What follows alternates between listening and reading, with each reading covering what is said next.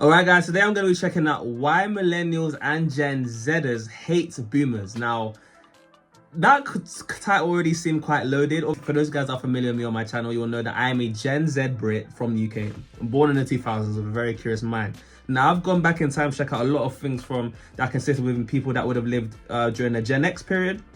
I've checked out stuff that would have consisted of people living during the boomers period and the millennial period. Look guys, I've been doing a lot of checking out things before I was born, and I've learned quite a bit. So to see this title saying, why Gen Z hate boomers is going to be very interesting. So this is going to be really interesting to see what this person has to say about this. But guys, nonetheless, look, if you love how I'm doing these kind of videos and you love how I'm going back in time especially, don't forget to smash that like button so I know you guys want to see more, and subscribe to the channel so you don't miss another one of these uploads, and turn on those post notifications because I'll be putting out a lot of content for you guys, so make sure you stay up to date. And of course, if you want to know how you can support the channel, ways you can do that will be linked in the description to things like my PayPal. And as well, you can get exclusive bonus content on things like my Patreon. So if any of you guys are interested in stuff like that, then you know what to do. Check the link in the description. But guys, look, with that being said, let's get straight into this video. Let's go!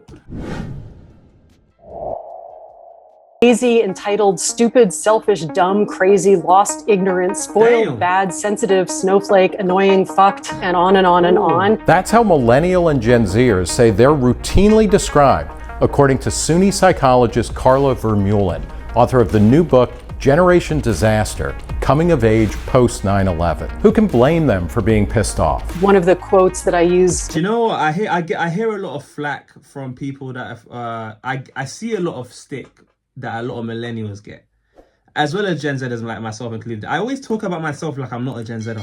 I'm literally included in that list, and I have gotten it as well. I think I don't know what it is, but I don't know. You know how there's that concept of like the older generation are always going to look at the newer generation as like soft or not as whatever XYZ, and I feel like there's usually this feeling of animosity there, like naturally. I think you see the same thing when college, or not even college, even when I was in high school, or in the UK we say secondary school, just being in a certain year. Was always like the older year was always pick on the younger years, and there was just that dynamic of like you didn't have to do anything. It was just kind of like, I don't know if there's something innate about that, like because you assume the way you do things is normal, so you think everyone else is weird, and then you kind of just project a bit. But that's always interesting how I see that. And funnily enough, even me being Gen Z, this generation that's coming after me called Gen Alpha is what they might be calling it. Even now I look towards them and go, what is wrong with that generation? Which is probably similar to how some people look at Gen Zers. Anyways, let's get back into the video. Someone saying, I feel like our generation has been handed a bill for a party we didn't get to attend. So this is really one of the main sources of anger at older generations, at boomers in particular. Younger Americans have been raised to believe that their leaders lie about everything, that the entire financial system existed to bail out big banks when they crashed the economy, that endless war is the natural state of things, and that they were about to be blown up by terrorists or shot during school at any moment. I have a I think a few of those things definitely Gen Zers believe. A few of those things. I don't know about the war. There was a point where a lot of people in my age were thinking we're going to go into World War III, though. They were about to be blown up by terrorists or shot during school at any moment. I have a chapter in the book called Lockdown Drills in Kindergarten. They literally have had these drills the same way that we had fire drills. Vermeulen's book looks specifically at people born between 1990 and 2001, but her conclusions are broadly relevant to folks under 40 or so. She says their fears are mostly overhyped. Our focus on statistically rare events such as school shootings have jacked depression, anxiety, and resentment through the roof. The psychological effect of participating in these drills for young kids, and kids writing wills to their parents and thinking they're literally going to die. And it's security theater. The disproportionate attention and resources that go towards preventing these highly, highly unlikely events relative to the more direct mental health stressors kids are actually dealing with. But the biggest driver of generation disaster, stress, and anger, says Vermeulen, are narratives about how climate change is about to destroy the planet in the very near future. The world is going to end in 12 years if we don't address climate change. Whether or not you think that is exaggerated, this is the messaging that they've been receiving. And yeah, and you know what, like, as a Gen Zer, funnily enough, I think I'm in a bit of a unique position is considering how I'm doing a reaction channel where I'm constantly actively like seeking knowledge. So it's like a lot of those narratives that I generally did believe when I was like in just before I finished high school, and went on to college. A lot of those narratives were very much in the forefront of, you know, someone like that age as mine, like a Gen Z as mine especially.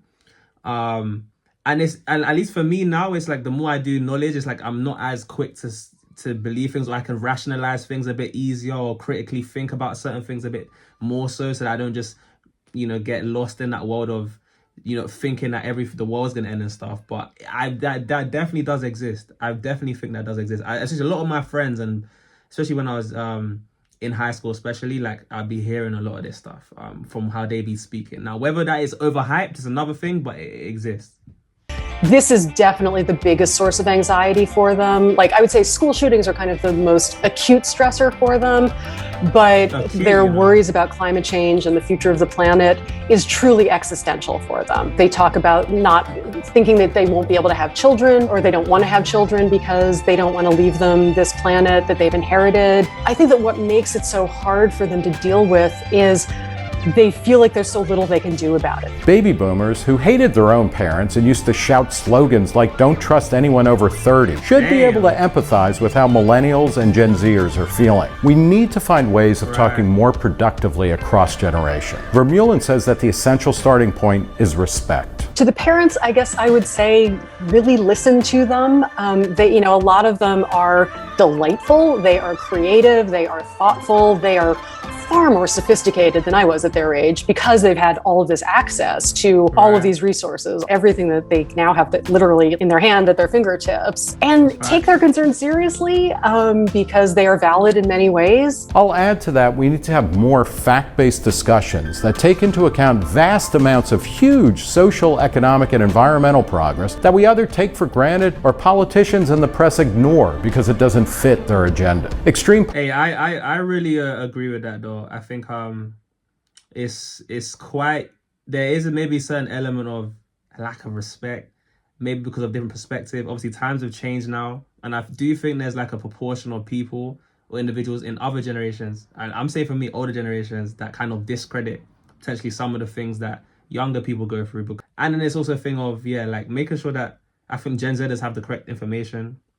and especially nowadays with technology, people just can run with anything on the internet, and so many people that maybe might be unqualified or have certain agendas can just say anything. So it's like it can be very toxic. For granted, or politicians and the press ignore because it doesn't fit their agenda. Extreme poverty has been cut from 94% to 10% over the past 2 centuries. Education and literacy have skyrocketed. Racism, sexism, homophobia have all declined.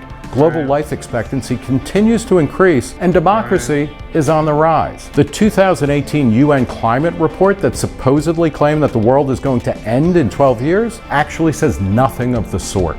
Policy analysts such as Scott... See, and I remember hearing a lot of that rhetoric by 2030, global warming, all of this stuff. I still be hearing it to this day. But you know how intensely kind of just charged statements like that are, and especially when you're young, like even I'm still young, like I have to remember, but when you're young and you're like really hearing this, like you genuinely think the world's gonna end type thing if you're not like careful of how you consume things. But hey, note that 70% of American 30-year-olds are doing better than their parents were at the same age. For generation disaster, why are their parents or their grandparents having these negative reactions? Because you don't understand them any more than they understand you, but you could probably try that. Every generation fights for its place in the world, and there's no question that the same boomers who once sang along to Bob Dylan's "The Times They Are A-Changin'" are incredibly slow to exit the stage and give anyone else a turn in the spotlight. There's no question that millennials and Gen Z are facing unique problems that they didn't cause, but that's also been true of every other generation. We've just lost the ability to talk to each other and to listen to views, not lost entirely, but it is challenging. Listen to views that are in conflict with our own and try to understand why people have these perspectives. The best way forward is to treat one another with mutual respect, regardless of age. But let's try and do that perspective taking from both sides. That's interesting.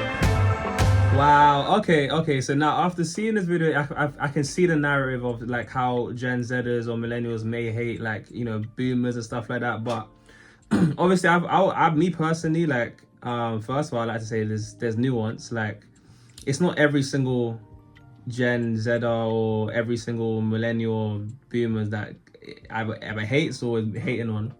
And then there's also a thing of yeah, I can see both sides to it. I see both sides to it because I think a part of it is like human nature. I think you're just naturally gonna be, if you're used to doing certain things a certain way, you're naturally gonna be slightly more what's the word?